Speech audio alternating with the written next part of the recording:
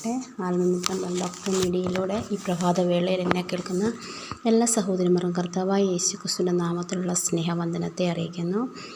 ഈ 2 ദിവസങ്ങളെ എപ്പഫ്രാസിനെ പറ്റി നമുക്ക് ചിന്തിക്കുവാനിടയായി. തുടർന്നും തൻ്റെ ജീവിതത്തിലെ നല്ല കാര്യങ്ങളെപ്പറ്റി നമുക്ക് ചിന്തിക്കാം.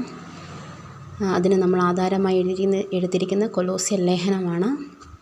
നാം മുമ്പ് ചിന്തിച്ചതുപോലെ എപ്പഫ്രാസിനെ പറ്റി അധികമൊന്നും പറഞ്ഞിട്ടില്ല. കൊലോസ്യ ലേഖനങ്ങളിൽ പൗലോസ് ചില വാക്യങ്ങൾ മാത്രമേ രേഖപ്പെടുത്തിയിട്ടുള്ളൂ. എങ്കിലും താൻ നല്ലൊരു മാതൃകയാണ്. നമ്മുടെ മുമ്പിൽ തന്നിലുള്ള ഗുണങ്ങൾ നാം കേൾക്കുകയുണ്ടായിരുന്നു. താൻ ദൈവനാമത്തിനു വേണ്ടി നിലനിന്നവൻ, ദൈവസഭയോട് ശുഷ്കാന്തിയുള്ളവൻ, പ്രാർത്ഥനയിൽ പോരാടിയവനായിരുന്നു എപ്പഫ്രാസ്.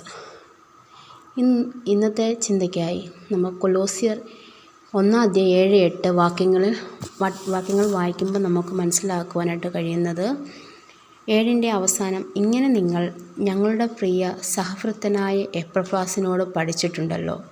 പ്രിയപ്പെട്ടവരെ, നമുക്കിന്ന് മനസ്സിലാക്കുവാനായിട്ട് കഴിയുന്നത് താൻ പഠിപ്പിക്കുന്നവനും കൂടെയായിരുന്നു.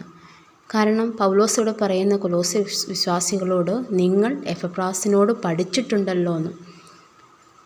അത്രമാത്രം ദൈവസഭയ്ക്ക് വേണ്ടി ശുഷ്കാന്തി ഉള്ളവനായിരുന്നു എപ്പഫ്രാസ്. നാം ചിന്തിച്ചായിരുന്നു, പൗലോസ് ഒരിക്കൽ പോലും കൊലോസ്യ സഭ സന്ദർശിച്ചിട്ടില്ല. പക്ഷേ താൻ ഈ കൊലോസ്യ ലേഖനം എഴുതാൻ കാരണം ആ സഭയിലുണ്ടായിരുന്ന കാര്യങ്ങൾ എപ്പഫ്രാസ് പൗലോസിനെ അറിയിച്ചത് മുഖാന്തരമാണെന്ന്. അപ്പോൾ താൻ എത്രമാത്രം ദൈവനാമത്തിന് വേണ്ടി നിലനിൽക്കുന്ന ഒരു ദൈവദാസനാണ് നമുക്ക് മനസ്സിലാക്കുവാനായിട്ട് സാധിക്കും. പ്രിയപ്പെട്ടവരെ, നമുക്കറിയാം, ഒരു കാര്യങ്ങൾ നമ്മൾ ലഭിച്ച ഒരു കാര്യം നാം മറ്റൊരാളോട് പറയുമ്പോൾ അത് വളരെ കൃപയോടുകൂടി പറയേണ്ടത് വളരെ ആവശ്യമാണ്. പലപ്പോഴും തെറ്റിദ്ധാരണകൾ ഉണ്ടാകാറുണ്ട്. പക്ഷേ ഇവിടെ എപ്പഫ്രാസ് പൗലോസിനോട് സഭയുടെ കാര്യങ്ങൾ പറഞ്ഞത് എത്ര ശ്രദ്ധയോടും ദൈവകൃപയോടും കൂടെയാണ് നമുക്ക് മനസ്സിലാക്കാനായിട്ട് സാധിക്കും. കാരണം താൻ പറഞ്ഞത് മുഖാന്തരമാണ് പൗലോസ് ഈ ലേഖനം എഴുതിയത്. അതൊരിക്കലും അവിടുത്തെ വിശ്വാസികൾക്ക് ചൂഷണം ചെയ്യുന്ന രീതിയിൽ ഒരു വാക്കുകൾ പോലും എപ്പഫ്രാസ് പറഞ്ഞിട്ടില്ല. ഒന്നാമതായി എപ്പഫ്രാസ് പറഞ്ഞത് അവർക്ക് അവരുടെ വിശ്വാസത്തെ പറ്റിയാണ്. അതുപോലെ തന്നെ അവരുടെ ഇടയിൽ വന്ന ദുരിതോപദേശം, പിന്നെ അവർക്ക് ആത്മാവിനാലുള്ള സ്നേഹം അവരുടെ ഇടയിൽ, അതൊക്കെ കേട്ടപ്പോൾ പൗലോസ് അവരെക്കുറിച്ച് ദൈവത്തിന് സ്തോത്രം ചെയ്യുകയും, അതുപോലെ 1-9 വാക്യം വായിക്കുമ്പോൾ നമുക്ക് മനസ്സിലാക്കുവാനായിട്ട് സാധിക്കുന്നത്, അതുകൊണ്ട് ഞങ്ങൾ അത് കേട്ട നാൾ മുതൽ നിങ്ങൾക്ക് വേണ്ടി ഇടപെടാതെ പ്രാർത്ഥിക്കുന്നു. പ്രിയപ്പെട്ടവരെ, എപ്പഫ്രാസ് എത്ര കൃപയോടുകൂടിയാണ് ഈ കാര്യങ്ങളൊക്കെ പൗലോസിനെ അറിയിച്ചായിട്ട് നമുക്ക് കാണാനായിട്ട് സാധിക്കും.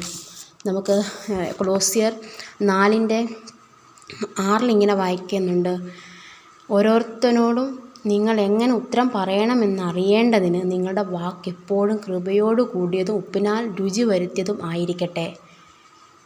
അപ്പോൾ എപ്പഫ്രാസ് എത്ര ദൈവകൃപയോടുകൂടിയാണ് വാക്കുകൾ ഉപയോഗിച്ചതെന്ന് നമുക്ക് കാണുവാനായിട്ട് സാധിക്കും. വളരെ കൃപയോടുകൂടി ആയിരുന്നു നമുക്ക് മനസ്സിലാക്കുവാനായിട്ട് സാധിക്കും. ഇവിടെയുള്ള ആ ഒരു പ്രശ്നം പൗലോസിനെ അറിയിച്ചു. പൗലോസ് അവർക്ക് ആശ്വാസവചനങ്ങൾ, അല്ലെങ്കിൽ അവരെ ഉറപ്പിക്കുകയും ധൈര്യപ്പെടുത്തുന്ന വചനങ്ങൾ ഈ ലേഖനത്തിലൂടെ കൊടുത്തായിട്ട് നമുക്ക് കാണാനായിട്ട് സാധിക്കും. പൗലോസ് പറഞ്ഞത് അവരുടെ വിശ്വാസം പരിശുദ്ധാത്മാവിനാൽ, റോമർ 5:5, പരിശുദ്ധാത്മാവിനാലാണ് നമ്മുടെ ഹൃദയങ്ങളിൽ ഈ വിശ്വാസം വന്നത്. അതുപോലെ കർത്താവ് നമ്മളെ സ്നേഹിച്ചത് യോഹന്നാൻ 5:19 പിതാവ് പുത്രനെ എങ്ങനെ സ്നേഹിച്ചു അതുപോലാണ് പുത്രൻ നമ്മെ സ്നേഹിച്ചത്. അതുപോലുള്ള സ്നേഹവും ആണ് ഈ കൊലോസ്യ സഭയിലെ വിശ്വാസികളിടയിലുള്ളത്. ആ സ്നേഹത്തെ പറ്റിയാണ് എപ്പഫ്രാസ് പൗലോസിനോട് പറഞ്ഞത്. ഈ എപ്പഫ്രാസ് എത്രയോ മാതൃകയുള്ള ഒരാളാണ് നമ്മുടെ ജീവിതത്തിൽ. തൻ്റെ ഈ വിലയിരുത്തലുകൾ, അല്ലെങ്കിൽ താൻ സഭയിലെ കാര്യങ്ങൾ ചെന്ന് പൗലോസിനോട് പറഞ്ഞപ്പോൾ എത്ര വ്യക്തതയോടുകൂടിയാണ് പറഞ്ഞത്. യാതൊരു കൂട്ടിക്കലർത്തലുകളോ ഒരു തെറ്റിദ്ധാരണകളോ വരാതെ വണ്ണം വളരെ കൃപയോടുകൂടി ആയിരുന്നു. പ്രിയപ്പെട്ടവർ, നാം നിൽക്കുന്ന സഭയോട് ചേർന്ന് നാം നിൽക്കുന്ന സമൂഹത്തിൽ നാം നിൽക്കുമ്പോൾ പല കാര്യങ്ങൾ നാം കൈകാര്യം ചെയ്യുമ്പോൾ ഈ എപ്പഫ്രാസിനെ പോലെ തന്നെ വളരെ കൃപയോടുകൂടി നമ്മുടെ വാക്കുകൾ മറ്റുള്ളവരോട് പറയേണ്ടതാണ്. അല്ലെങ്കിൽ ഒരു കാര്യം നാം മറ്റുള്ളവരോട് അവതരിപ്പിക്കേണ്ടതാണ്. അങ്ങനെ നാം ചെയ്താൽ നമ്മൾ മുഖാന്തരം നമ്മുടെ സഭ അനുഗ്രഹിക്കപ്പെടും. ഈ എപ്പഫ്രാസ് പൗലോസിനോട് ഈ കാര്യങ്ങൾ അറിയിച്ചതുകൊണ്ട് അവർക്ക് കൊലോസ്യ വിശ്വാസികൾക്ക് പൗലോസ് നല്ലൊരു ലേഖനം എഴുതി കൊടുക്കുവാനായിട്ട് ഇടയായിത്തീർന്നു. അതുപോലെ നമ്മുടെ വാക്കുകൾ വളരെ കൃപയോടുകൂടി എപ്പഫ്രാസ് നമ്മുടെ ജീവിതത്തിൽ നല്ലൊരു മാതൃകയാണ്. താൻ വിലയിരുത്തൽ ചെയ്തപ്പോൾ അല്ലെങ്കിൽ ഒരു കാര്യം കൈമാറിയപ്പോൾ എത്ര കൃപയോടുകൂടിയാണ് ചെയ്തത്. പ്രിയപ്പെട്ടവരെ, നമ്മളും എപ്പഫ്രാസിനെ നല്ലൊരു മാതൃക എടുത്തുകൊണ്ട് നിൽക്കുന്ന സ്ഥാനത്ത് ഒരു വാക്കുകൾ പറയുമ്പോൾ വളരെ കൃപയോടുകൂടി പറയുവാൻ, അത് സഭയിലാകട്ടെ കുടുംബത്തിലാകട്ടെ പ്രയോജനമുള്ളതായി തീരുവാൻ ദൈവം നമ്മളെ സഹായിക്കുമാറാകട്ടെ.